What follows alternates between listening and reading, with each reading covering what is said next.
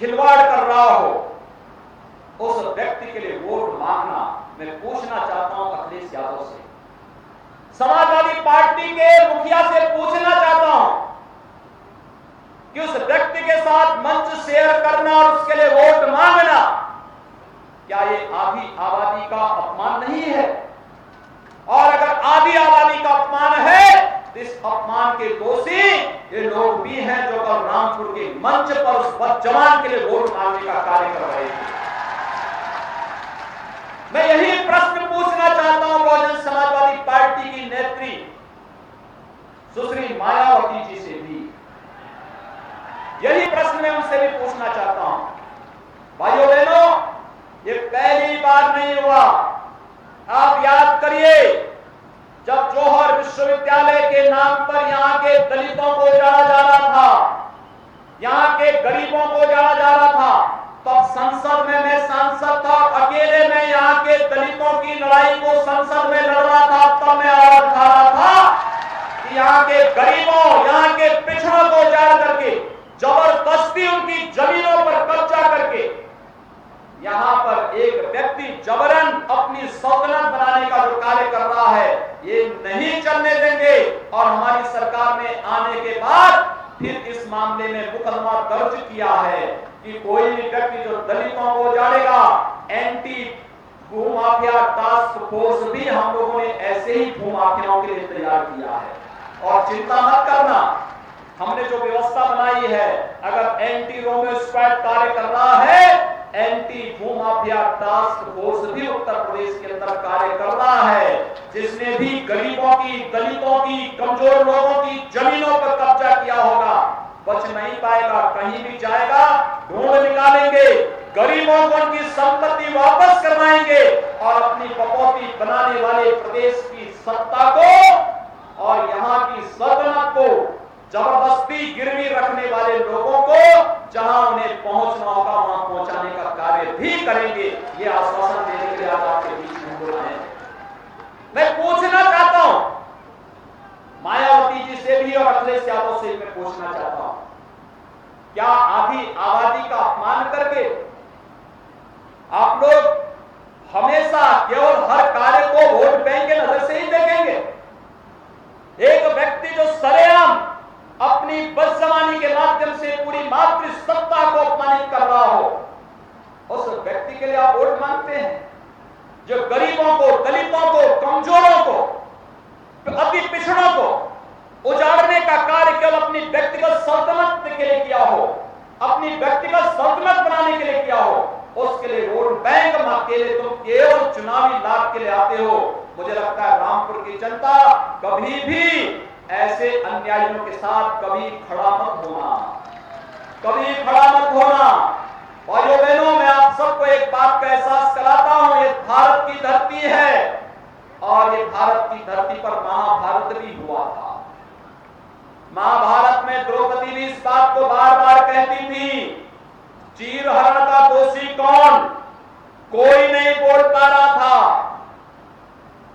अपने वचनों के लिए जग विख्यात भीष्म पितामह भी मौन थे, गुरु द्रोणाचार्य भी मौन थे और उस समय के सभी धुरंधर मौन थे, केवल विदुर बोले थे। विदुर ने एक बात साफ कही थी कि तिहाई दोषी अपराधियों का, तिहाई दोषी सहयोगियों का और तिहाई दोषी जो मूक दर्शक हैं उन लोगों का। रामपुर के कलंक को मिटाने के लिए आप सब याद रखना कि कोई भी व्यक्ति अगर रामपुर के कलंक के साथ खड़ा होता है तो मान करके चलना कि फिर इन तीन कैटेगरी में हमारा कौन सा स्थान है, हम भी अपराधी माने जाएंगे।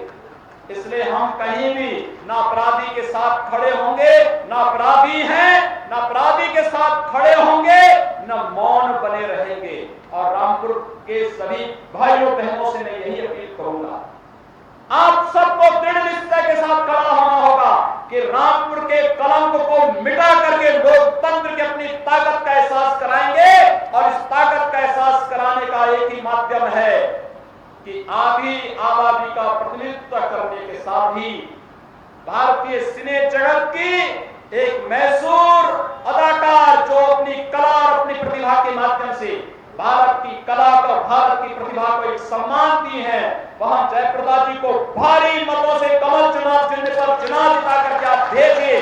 भाइयों बहनों, ये सम्मान रामपुर को एक बार नई ऊंचाइयों तक पहुंचाएगा और रामपुर के कलंक को हमेशा के लिए राजनीति से बेदखल करने का कार्य भी करेगा।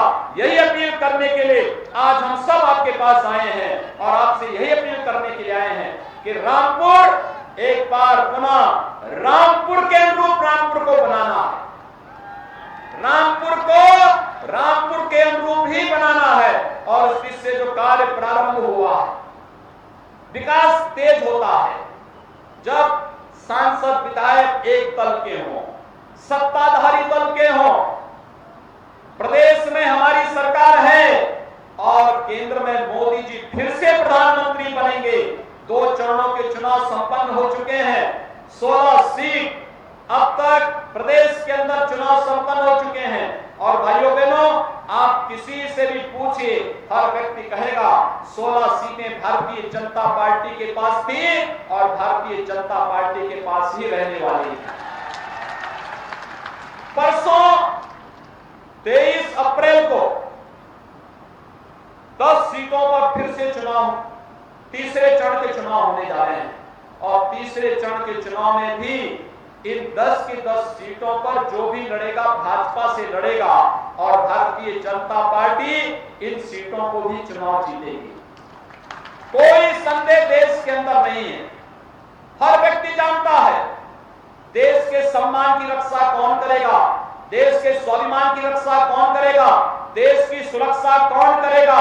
हर व्यक्ति जानता है यह कार्य केवल और केवल नरेंद्र मोदी जी के नेतृत्व में ही संभव हो सकता है, बाकी कोई नहीं कर सकता है, कोई नहीं कर सकता है। और इसलिए भाइयों बहनों, कमल चुनाव चिन्ह पर पड़ने वाला एक एक वोट भारत की सुरक्षा का वोट होगा, भारत की समृद्धि का वोट होगा, भारत के विकास का वोट होगा।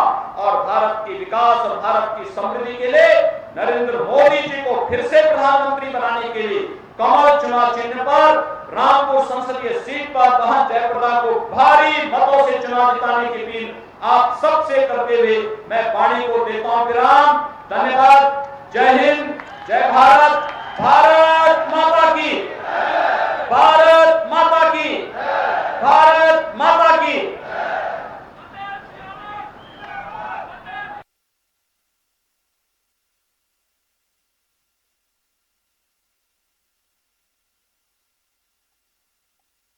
तो देखिए, रामपुर के प्रत्याशी जयप्रदा के लिए प्रचार प्रसार करते नजर आए सीएम योगी आदित्यनाथ और इन्होंने जमकर यहां पर जो है निशाना साधा। ये प्रत्याशी